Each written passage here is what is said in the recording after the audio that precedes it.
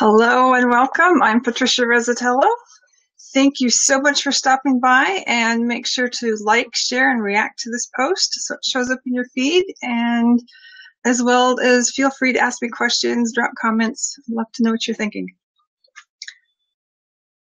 Instant authority with joint ventures is our topic today.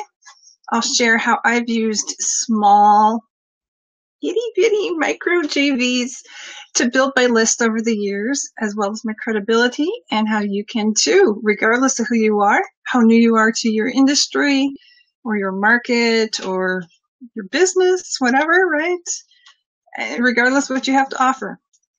So you can have some strategies here that you can implement pretty much immediately. Like tonight, you can get started right now when we get done here. So first off, what are joint ventures? Well, isn't that something that only a really big, well-established business can do? Not you, certainly, not me. Joint ventures are pretty much any time that you work with a partner of some sort. You've got access to your market. They have access typically to your market. They aren't your competition, especially if you're going to be list building, which is what we're really talking about tonight. Yeah, you need a partner that's got access to the same market that you're going after, or maybe one that's really, really, really, really, really close, because you're trying to build your list. But they aren't competition, so that you can market to their list and you're not competing directly with them, right? So they've got credibility, they've got authority, they've got a list, so they've got some of that, right? And they have a list, especially if you're list building, which, like I said, we're talking about tonight. So I want you to take just a moment and think of somebody. Can you think of anybody who serves the same market that you do, but doesn't compete with you? So, as an example, I ran Equine Teleseminar. This was my baby, equineteleseminar.net. Starting in about 2005, ran up till about 2011 or 12 or 13. I was kind of grinding out by that time. And I built the email list to about 2,000 without spending a dime on marketing, without endless posting on social media or endless begging. I mean, there really wasn't social media like we know social media today. It didn't exist. I started out using email groups at onelist.com. Now, onelist.com is nowhere to be seen anymore. Yahoo bought it, and I believe they still do have tons of those same old email groups, right? So I started on one group. That was what started it. And I had a little bit of marketing education at the time, and I realized that I wanted to get these people on my list. I knew this ahead of time.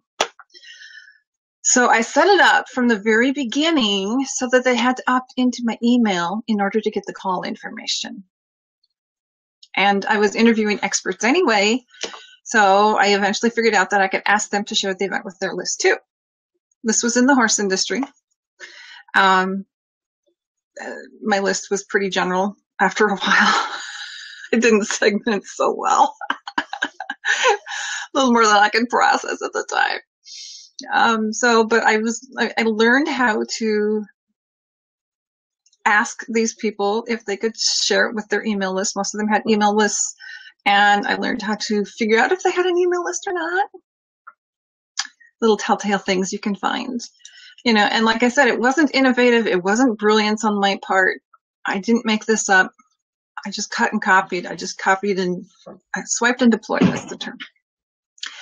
I was attending teleseminars of marketing coaches, people selling stuff in the internet marketing, niche.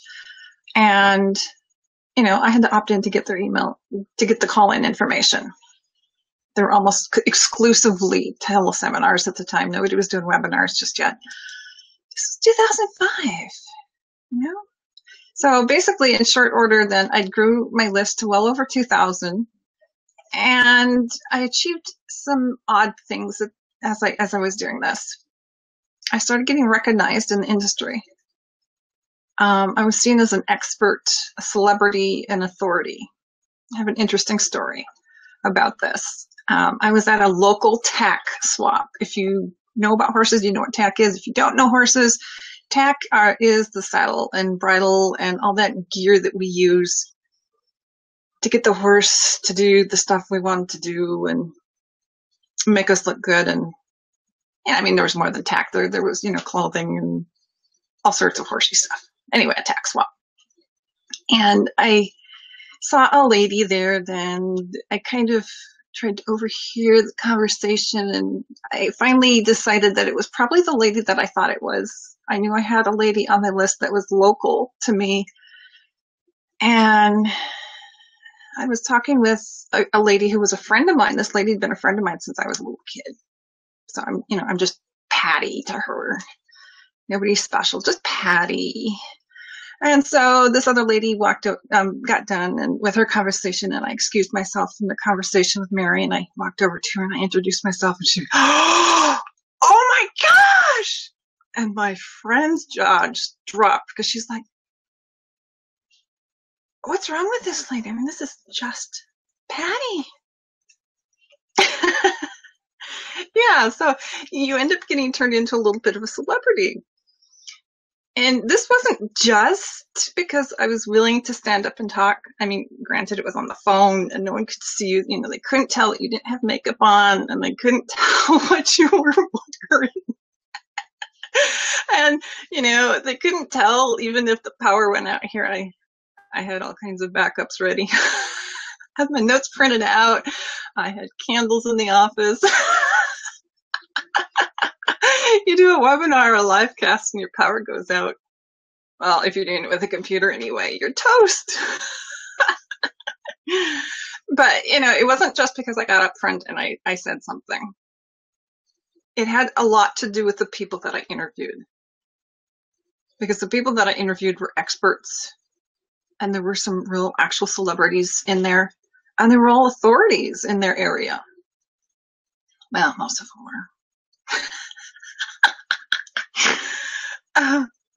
But you don't have to do live public interviews, well, gated interviews, like I did in order to grow your list using joint ventures. This is only one example.